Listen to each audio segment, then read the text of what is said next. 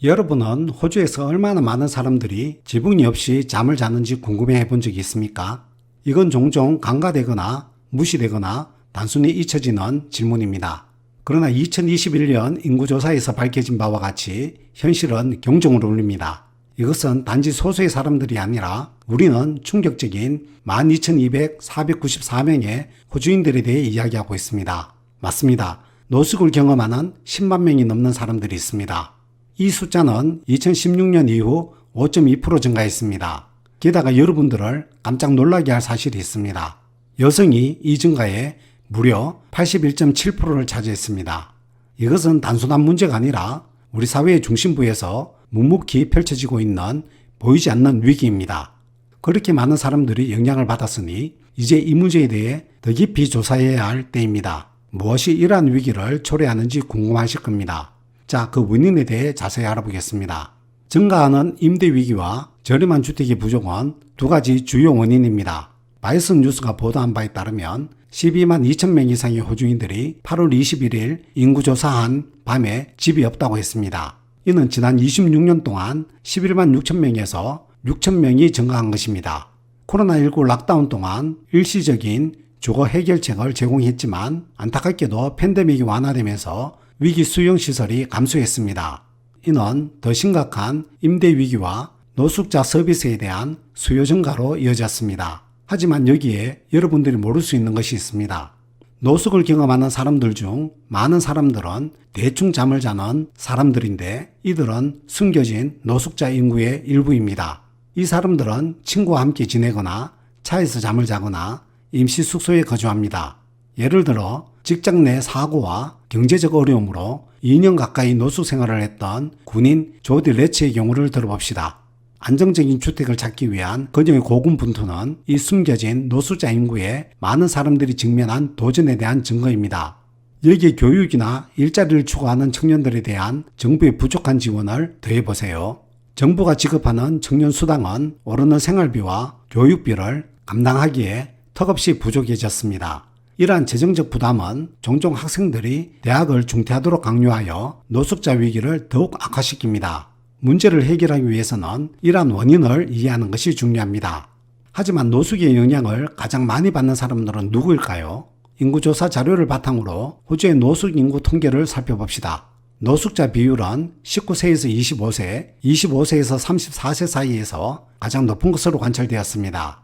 이것은 우리 젊은이들의 상당 부분이 노숙의 가혹한 현실과 실험하고 있다는 것을 나타내기 때문에 골치 아픈 추세입니다. 심각한 것은 노숙을 경험한 사람들의 거의 4분의 1이 12세에서 24세 사이의 나이였습니다.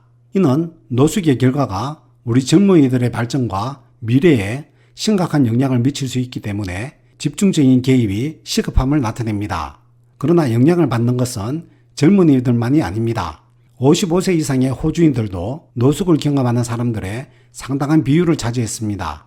이 인구 통계에서 노숙자의 비율은 약간 줄었지만 하지만 그들은 여전히 2021년 전체 노숙자의 거의 16%를 차지했습니다. 이것은 노숙이 차별을 하지 않는다는 것을 보여주고 모든 연령대의 사람들에게 영향을 미칩니다. 그것은 우리의 집단적인 관심과 행동을 필요로 하는 사회적 문제입니다. 그렇다면 이 문제를 해결하기 위해 무엇을 하고 있는가? 여러분은 물을지도 모릅니다.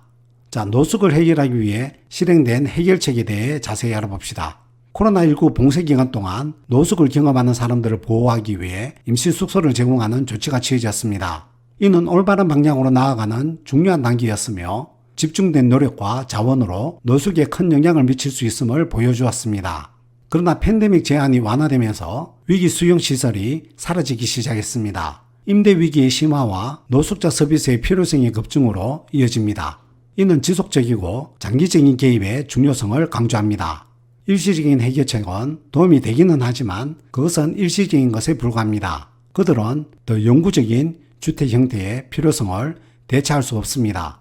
노숙 문제를 해결하기 위한 핵심 솔루션 중 하나는 사회적이고 저렴한 주택의 가용성을 높이는 것입니다. 이러한 주택의 부족은 노숙의 주요 원인입니다. 사회적이고 저렴한 주택에 투자함으로써 더 많은 사람들에게 안정적인 장소를 제공할 수 있습니다. 지원 조직도 중요한 역할을 합니다. 그들은 사람들이 숙소를 찾는 것부터 재정적인 조언과 정서적 지원에 이르기까지 절실히 필요한 도움을 제공합니다. 노숙을 경험한 조디 레치의 이야기가 이를 잘 보여줍니다. 그녀의 상황에 전환점을 마련해준 사람이 바로 지원 노동자였습니다. 또한 청년 수당의 미비점을 보완할 필요가 있습니다. 생활비의 상승으로 인해 이 정부의 지출이 충분하지 않아 많은 젊은이들이 불안정한 생활 상황에 놓이게 되었습니다.